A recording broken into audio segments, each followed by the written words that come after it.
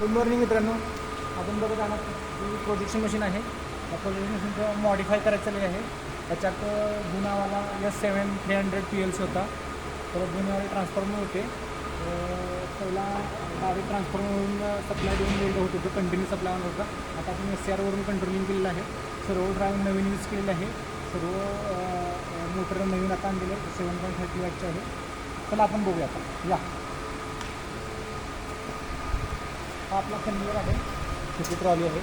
त्याच्यावरती सर्व मोटर बसेल आणि एक लॅम्प आहे इथे. त्याच्यानंतर मी आपलं हे सपोर्टिंग आर्म आहे, त्याचं कनेक्शन केलेलं आहे. बघा, ही चोक दिलेलं आहे. ही सोलनॉइड कॉईल हा लिमिट स्विच आहे, त्याच्यावरती ऑपरेटिंग आहे. वेग आहे असं हे 5 दिलेले आहेत. हे 5 आहेत, 5 1 2 3 4. हे रेफरन्ससाठी दिलेलं आहे नंबर. आपण अजून सध्या काम चालू आहे. रेफरन्सचे लिमिट स्विच आहे सर्व टाका. हे मॅकॅनिकली ऑपरेटेड न्यूमॅटिक फ्रेम्स आहेत.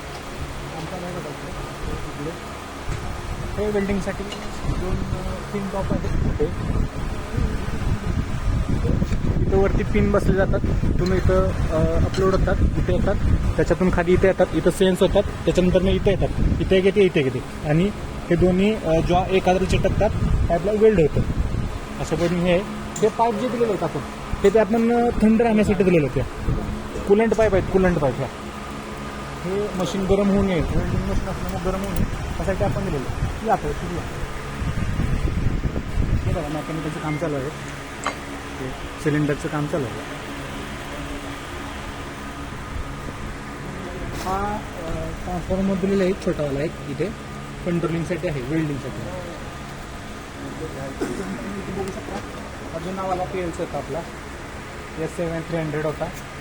सर्व ड्राईव्ह होती जुनीवाली, एकदम जुनीवाली भरपूर होती,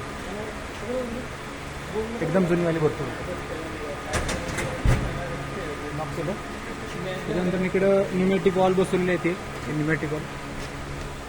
न्यूमॅटिक बसले सोलनॉइड करून ऑपरेटिंग 1A वाली आहेत. ते इकडे जंक्शन बॉक्स आहे, हा वाला एक. त्याच्यानंतर तुम्ही बघू शकता नवीन पेंडेंट डिस्प्ले आहे. त्याच्यावरून ऑपरेटिंग सिस्टम आहे बरीचशी बघू शकता तुम्ही. इथं जंक्शन बॉक्स आहे. त्याच्यानंतर मी या मेन पॉईंट तुम्हाला दाखवतो इथे आम्ही तुम्हाला की हा मेन पॅनल आहे. आपण नवीन पॅनल नवीन दिलेलं आहे. त्याच्यामध्ये आपण जुन्यामध्ये आपला 300 होता, त्याचे आपल्याला S7 15,000 PLC आहे. 15,000 PLC हा आपण यूज केलेला आहे.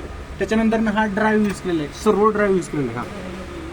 त्याच्यानंतर हा कंट्रोलर यूज केलेला आहे. कंट्रोलर हा PLCतून कंट्रोलिंग आलेला आहे आणि हा सर्व ड्राईव्हचा कंट्रोलिंग आहे. त्याला हे याच्यावरून कनेक्ट केलेलं आहे. हे मोड बस सप्लाय प्रॉफिनेट यूज केलेलं आहे. त्याच्यानंतर हे ट्रान्सफॉर्मर यूज केले. हा SMPS केलेला आहे. ह्या SMPSवरून हे कंट्रोलिंग आहे.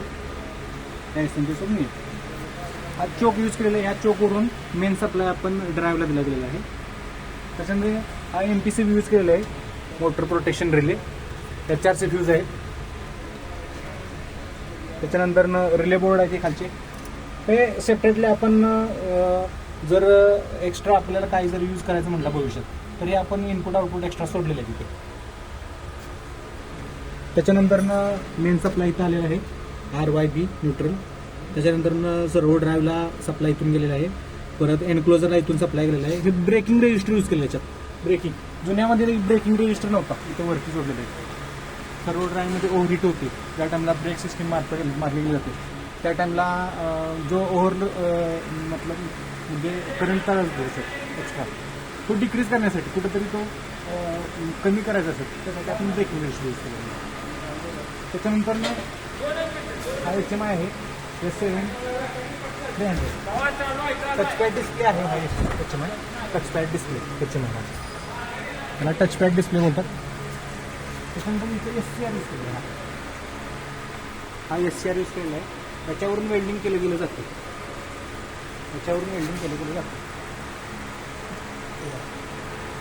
ऑनलाईन सप्लाय आहे त्याच्याने वरती कार्ड दिलेलं आहे, तिकडे कार्ड दिलेलं आहे, या कार्डवरून ऑपरेटिंग आहे. त्याच्यानंतर ना आपण हे कुलंटसाठी दिले पाहिजे. त्या कुलंटसाठी मशीन ओव्हर मतलब म्हणजे जास्त हीट त्याच्यात तयार होते, ती हीट कुठंतरी कमी करण्यासाठी हे आपण यूज केलेलं आहे. ठीक आहे, तिथून आतमध्ये पाईप गेले, तिथून खालून तिथे आतमध्ये, आणि त्याच्यानंतर ना वरती कनेक्शन दिलेलं आहे आपण ट्रान्सफॉर्मरला वगैरे फोनमधून हिटिंग कमी करण्यासाठी आपण यूज केलेलं आहे. ठीक आहे, चला मित्रांनो, बाय. तुम्हाला